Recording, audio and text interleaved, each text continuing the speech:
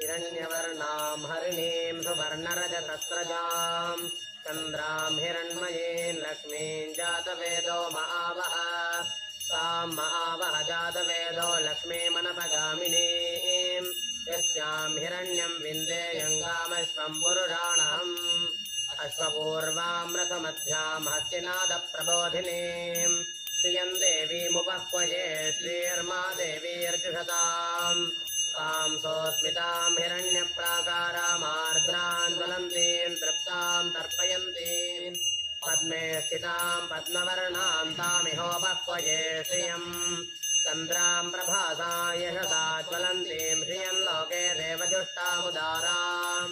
तां पद्मिनीमीं शरणमहं प्रपद्ये लक्ष्मीर्मे नश्यतां त्वां वृणे आदित्यवर्णे तपसोऽधिजातो वनस्पतिस्तव वृक्षोऽध बिल्वः तस्य फलानि तपसानुदन्तु मायान्तरायाश्च बाह्या अलक्ष्मीः उपैतुमां देवदखः कीर्तिश्च मणिना सह प्रादुर्भूतोऽस्मि राष्ट्रेऽस्मिन् कीर्तिमृद्धिं ददातु मे कृत्तिपासामलान् ज्येष्ठामलक्ष्मीर्नाशयाम्यहम् अभूतिमसमृद्धिं च सर्वाण्यर्नुद मे गृहात् गन्धद्वारां दुराधर्षान् नित्यपुष्टाङ्करीषिणीम् ईश्वरीकुं सर्वभूतानां तामिहोपह्वये श्रियं मनसः काममाकोतिं वाचः सत्यमहीमहि पशूनां रूपमन्नस्य मयि श्रीशयदायदः कर्दमेन प्रजा भूता मयि सम्भव कर्दम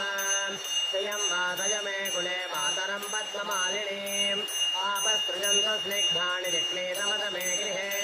कृतदेवीं मातरं श्रियं वादय मे कुले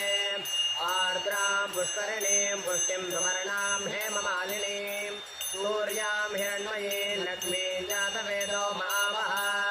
आर्द्रां यःकरिणीं यष्टिं पिङ्गळां पद्ममालिनीं चन्द्रां हिरण्मयीं लक्ष्मीं जातवेदो महावः तां महावः जातवेदो लक्ष्मीमनपगामिनीं यस्यां हिरण्यं प्रभूतं गावो दास्योऽस्मान् पुरुषाणहम् महादेव्यै च विद्महे विष्णुपत्नी च धीमहि तन्नो लक्ष्मीः प्रचोदयात्।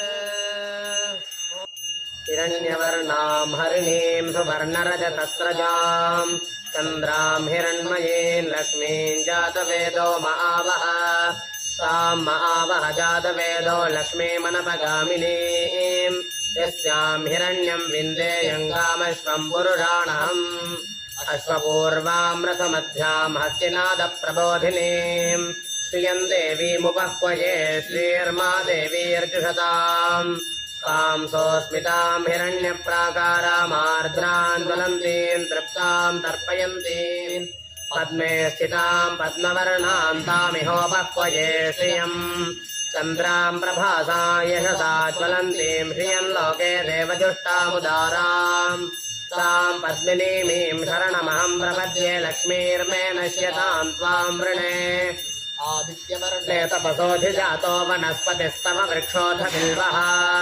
तस्य फलानि तपसानुदन्तु मायान्तरायाश्च बाह्या अलक्ष्मीः उपैतुमां देवदखः कीर्तिश्च मणिना सह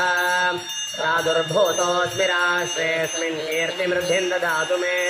कृत्तिपासामलान् ज्येष्ठामलक्ष्मीर्नाशयाम्यहम्